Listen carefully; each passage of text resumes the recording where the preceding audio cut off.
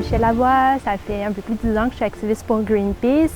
J'ai toujours été plutôt hyper sensible face aux injustices. Ça a toujours provoqué en moi beaucoup de peine et de colère. Puis en devenant activiste, je pense que j'ai trouvé un moyen en fait de transformer ces émotions-là en quelque chose de beau, puis de plus constructif puis de positif. Ça me permet de mixer ma passion pour l'escalade puis les hauteurs à mon désir d'agir pour essayer de changer les choses. Là, tu donnes du lousse, puis si tu retires un coup dessus, ça bloque.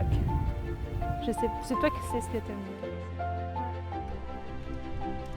En fait, on pratique des techniques d'escalade qui vont nous permettre souvent de poser des banderoles, mais en toute sécurité. Donc, on grimpe de façon extrêmement sécuritaire, puis on répond à des normes internationales par rapport aux standards de grimpe, là. Moi, ça fait 10 ans que je suis impliqué avec Greenpeace. Pour moi, c'était vraiment la suite logique des choses de m'impliquer avec cet organisme-là qui lutte pour la protection de l'environnement. J'arrivais d'une saison de planting dans le nord du Québec, où est-ce que j'avais vu un petit peu les coupes forestières qui se faisaient. Et puis pour moi, c'était juste logique de m'impliquer là où est-ce que je pouvais sentir que je contribuais à empêcher les fléaux environnementaux qui arrivent au quotidien. Je m'appelle Marie-Lou Labelle, j'ai 28 ans. Je suis grimpeur, je suis là pour assurer les grimpeurs qui vont monter beaucoup plus haut. La raison pourquoi je fais ça, c'est je parle autant pour moi que pour les générations futures, que pour les animaux, pour tous ceux qui ne peuvent pas ou qui ne veulent pas nécessairement se mettre de l'avant. Pour passer un message, en fait, au premier ministre Trudeau, moi, je trouve ça aberrant complètement qu'on utilise 4,5 milliards de dollars de notre argent, de l'argent des contribuables, pour mettre dans l'expansion du projet Trans Mountain. C'est un moyen de produire de l'énergie qui est complètement arriéré. Puis il fait ça sans l'accord de la population. L'Alberta est la seule province qui veut de cette industrie-là. Donc c'est complètement insensé.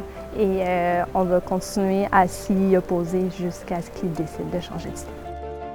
Moi, je suis un étudiant à la maîtrise à l'Université de Montréal en sociologie. J'ai fait préalablement un bac en philosophie et politique.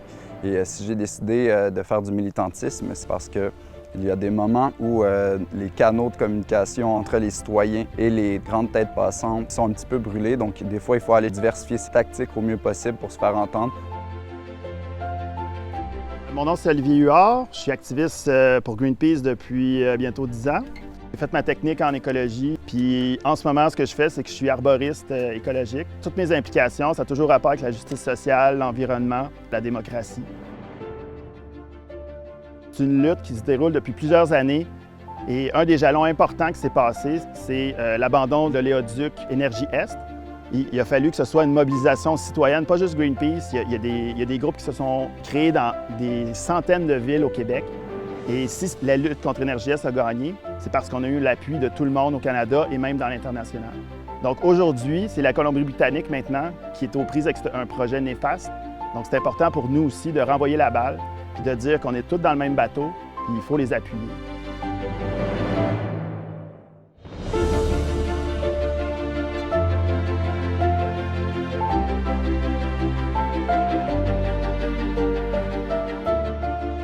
En fait, à Greenpeace, on utilise toutes les stratégies possibles pour faire passer notre message. Ça va y aller par des pétitions, des manifestations, des lettres au premier ministre, aux députés. Et là, on a vu que notre message, par des moyens plus conventionnels, n'a pas marché. Donc, on s'en va dans un coup d'éclat pour réveiller l'opinion publique, dire aux gens que c'est très grave ce qui se passe.